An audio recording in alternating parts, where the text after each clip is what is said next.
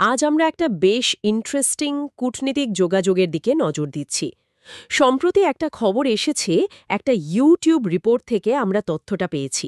বাংলাদেশের অন্তর্বর্তী সরকারের প্রধান উপদেষ্টা ড মোহাম্মদ ইউনুস আর ওদিকে মার্কিন পররাষ্ট্রমন্ত্রী মার্ক রুবিও, তাদের মধ্যে নাকি একটা টেলিফোন আলাপ হয়েছে। তো আসুন এই সংক্ষিপ্ত আলাপের গভীরে ঠিক কি থাকতে পারে সেটা একটু বোঝার চেষ্টা করি। হ্যাঁ, খবরটা আমিও দেখেছি। ঘটনাটা ঘটেছে এই সোমবার সন্ধ্যা 7:30টার দিকে। আর এটা নিশ্চিত করেছেন প্রধান উপদেষ্টার প্রেস সচিব শফিকুল আলম। তো তথ্যটা নির্ভরযোগ্য। আচ্ছা, আর আলাপটা কতক্ষণ ধরে চলেছিল?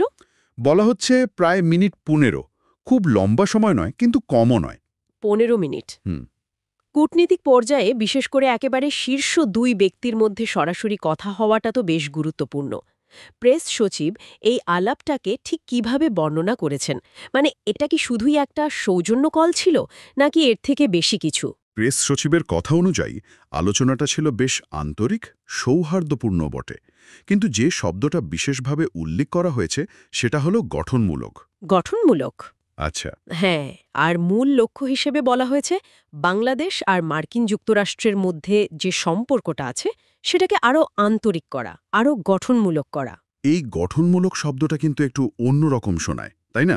মানে আন্তরিক বা সৌহার্দ্যপূর্ণ এগুলো তো আমরা প্রায়ই শুনি, কিন্তু গঠনমূলক, বিশেষ করে একটা অন্তর্বর্তীকালীন সরকারের প্রধানের সাথে মার্কিন পররাষ্ট্রমন্ত্রীর আলাপের এর ব্যবহার, এটা কি কোনো নির্দিষ্ট দিকে এগুনোর ইঙ্গিত?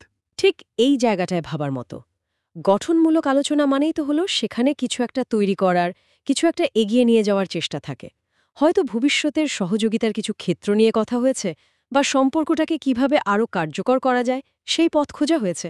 তার মানে কি এটা নিছক একটা রুটিন কল ছিল না? মনে হয় না।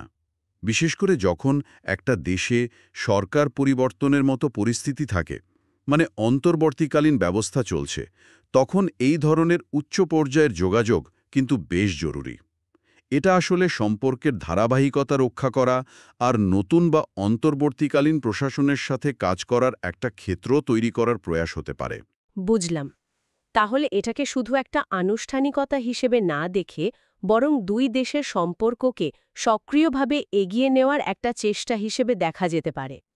প্রেস সচিবের কথায় কি এরকম কোনো আশাবাদের সুর ছিল? হ্যাঁ, অবশ্যই ছিল। তার বক্তব্যে স্পষ্টতই এই আশা প্রকাশ করা হয়েছে যে এই ফোনালাপ দুই দেশের মধ্যকার যে বন্ধুত্বপূর্ণ দ্বিপাক্ষিক সম্পর্ক, সেটার ওপর একটা ইতিবাচক প্রভাব ফেলবে। দেখুন, কূটনীতিতে এই ধরনের হাই লেভেল কন্ট্যাক্ট সবসময়ই একটা সিগন্যাল দেয়। এটা বোঝায় যে উভয় পক্ষই সম্পর্কটাকে গুরুত্ব দিচ্ছে। তাহলে যদি আমরা সারসংক্ষেপ করি, ঘটনাটা হলো একটা গুরুত্বপূর্ণ সময়ে দুই দেশের একেবারে শীর্ষ পর্যায়ের মধ্যে সরাসরি কথা হয়েছে। আর এর মূল বার্তা হলো সম্পর্কটাকে আরও মজবুত করা, আরও কার্যকর বা গঠনমূলক করা। একদম তাই। যদিও এটা ঠিক যে 15 মিনিটের একটা ফোনে তো আর বিশাল কোনো নীতিগত সিদ্ধান্ত হয়ে যায় না, কিন্তু এটা ভবিষ্যতের আলোচনার জন্য একটা ইতিবাচক আবহাওয়া তৈরি করতে পারে। বিশেষ করে এই যে গঠনমূলক সম্পর্ক জোরদার করার কথাটা বলা হচ্ছে, এটা কিন্তু লক্ষ্য করার মতো। এই সূত্র ধরেই আমার একটা প্রশ্ন আসছে মনে। এই যে গঠনমূলক সম্পর্ক, এটাকে বাস্তবে রূপ দিতে গেলে বিশেষ করে এই অন্তর্বর্তীকালীন পরিস্থিতিতে ঠিক কোন বিষয়গুলোই দুই পক্ষ হয়তো দ্রুত মনোযোগ দিতে পারে, মানে কোন দিকগুলোয় অগ্রাধিকার দেয়া হতে পারে?